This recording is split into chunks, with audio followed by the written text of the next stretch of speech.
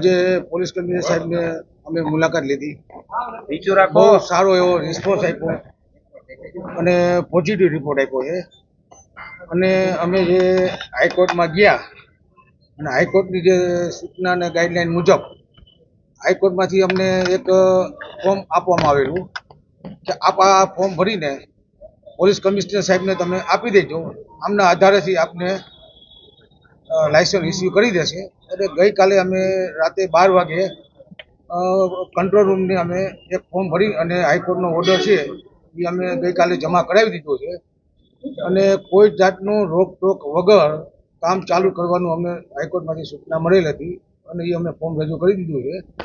એટલે હવે police commissioner સાહેબ આજે એ ફોર્મ જોશે અને અત્યારે અમને કીધું છે તમે લાયસન્સ વિભાગમાં જાઓ અને અત્યારે જે કાંઈ અમારે વિધિ કરવાની હશે જે એસઓપી મુજબ એ અમે ફોર્મ અત્યારે રજૂ કરી દઈશું હમણાં કલાકમાં.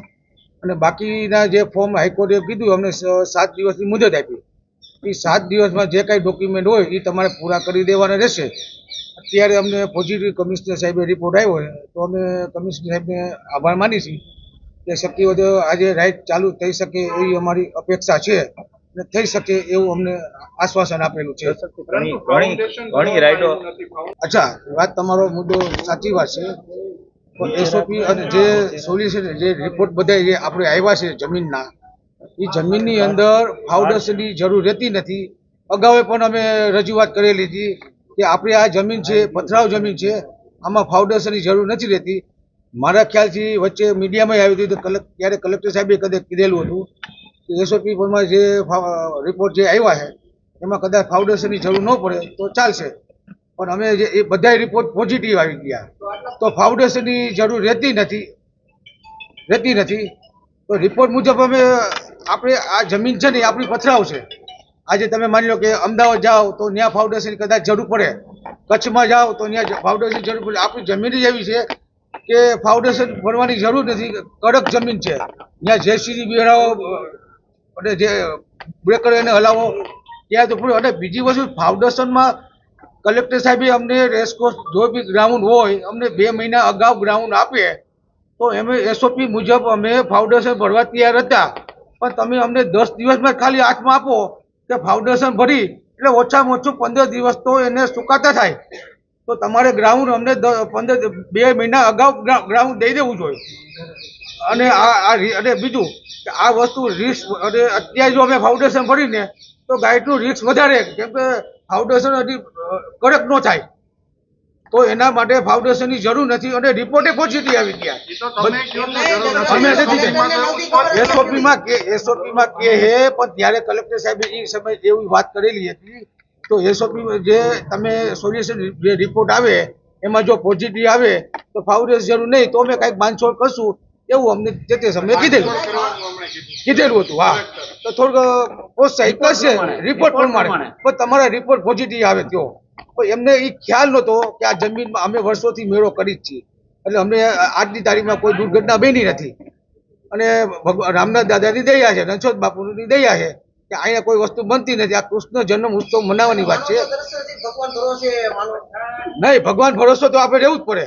અને બીજું અમે જે કામ કરીશી પરફેક્ટ કામ કરીશી. અમે અમારી જવાબદારી હોય છે એટલે અમે અમારી સેફટી માટે અમારે કામ સારું કરવું જ પડે. કલેક્ટર સાહેબ ને તમે પૂછો તમે એટલે શું એ લોકોની આ જ માંગણી હતી. એ લોકોની આ માંગણી હતી અને અમને 10 અમને આપ્યા અને અમને આશ્વાસન આપ્યું તમે કરો અમે કરશું. પણ હવે અમને 10 દિનનો ટાઈમ આપ્યો. તમે વિચાર કરો, અમે 31 પ્લોટ લીધા, અમે ના નથી પાડતા. અમે 31 પ્લોટ લીધા હું કામ કે રાજકોટનો મેળો પરંપરા જળવાઈ રહે, રાઈડ વગરનો મેળો ન રહે. કેમ કે તમને ખબર આપણે નાના હતા તો આપણે એ ફનફેર કહેવાય, મેળો ફનફેર કહેવાય. તો રાઈડ વગરનો કૃષ્ણ જન્મ ઉત્સવ આપણે મનાવી નથી શકતા. પણ અમને ખાલી 10 દિવસ અમને આમંત્રણ દેવામાં આવ્યું. નહીં, અમે એલો મેં લેટર આપે ને પૈસા ભરો તો આપે ને. પૈસા તો અમે 1 કરોડ ભરી દીધા છે. પૈસા તો કાલે ભર્યા છે. નહીં, પૈસા નહીં, અમે પૈસા અમે 20% બાકી હતા. તમે અત્યાર સુધી નહીં અમને 10 દિવસ સાંભળો પછી આપે ને.